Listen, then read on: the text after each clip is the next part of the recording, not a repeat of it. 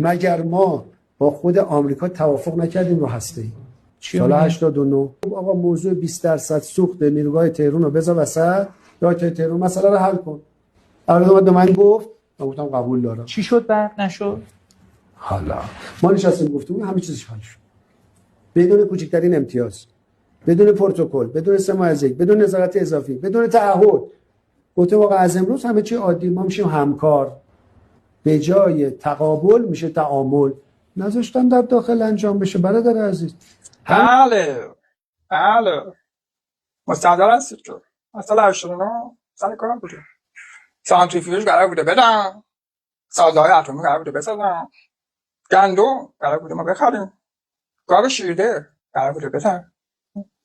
میگفتش بگم حالا همون جلو بگم بریم واسه خبر بعدی. خداحافظ.